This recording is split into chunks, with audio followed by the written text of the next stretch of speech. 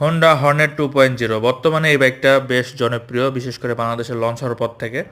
কারণ এই বাইকটা একটা অলরাউন্ডার বাইক, মানে অন্তত সব দিক বিবেচনা যদি করেন এই সেগমেন্ট বিবেচনায়, আমি মনে করি একটা বেস্ট বাইক এই মুহূর্তে। বিশেষ করে এই বাইকটার যে দাম রাখা হয়েছে সেটাও কিন্তু বেশ রিজনেবল। তো বাইকটা লঞ্চ করা হয়েছিল 2,89,000 টাকায়। এখন পর্যন্ত এই দামে আপনারা বাইকটা কিনতে পারবেন। সচরাচর আমাদের দেশে কি দেখা যায়, যে যে বাইকটার চাহিদা বেশি থাকে সেই বাইকটা কিন্তু দাম পরবর্তীতে বৃদ্ধি করা হয়। তো এখন পর্যন্ত হোন্ডা কোম্পানি বাইকটার দাম বৃদ্ধি করে নাই, এটা একটা ভালো দিক। আর দ্বিতীয় বিষয় হচ্ছে এই যে ব্ল্যাক কালারটা দেখতে পাচ্ছেন, এই কালারটা সবচেয়ে বেশি চাহিদা, যার কারণে এই ব্ল্যাক কালারটা কিন্তু সব শোরুমে অ্যাভেলেবেল পাওয়া যায় না। তবে আপনারা যদি ব্ল্যাক কালার নিতে চান সেক্ষেত্রে হয়তো বা আপনাদেরকে বুকিং করতে হতে পারে।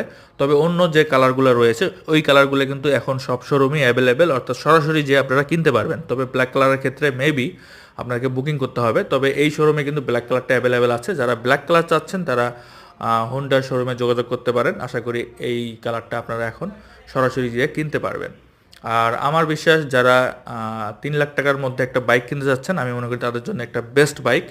যদিও এই বাইকটারও কিছু খারাপ দিক রয়েছে, যেমন মোবিল ইঞ্জিন অয়েলটা লিক করে এবং গিয়ার ফেসে যায়। এই দুটা প্রবলেম আছে এই বাইকটার। তো এই দুটা প্রবলেম কিন্তু সলভও করা যাচ্ছে, আপনারা তাদের সার্ভিস সেন্টারে গিয়ে বললেই এই প্রবলেমগুলো সমাধান করে দিবে। তো এই ছিল আজকের ভিডিও। ধন্যবাদ সবাইকে।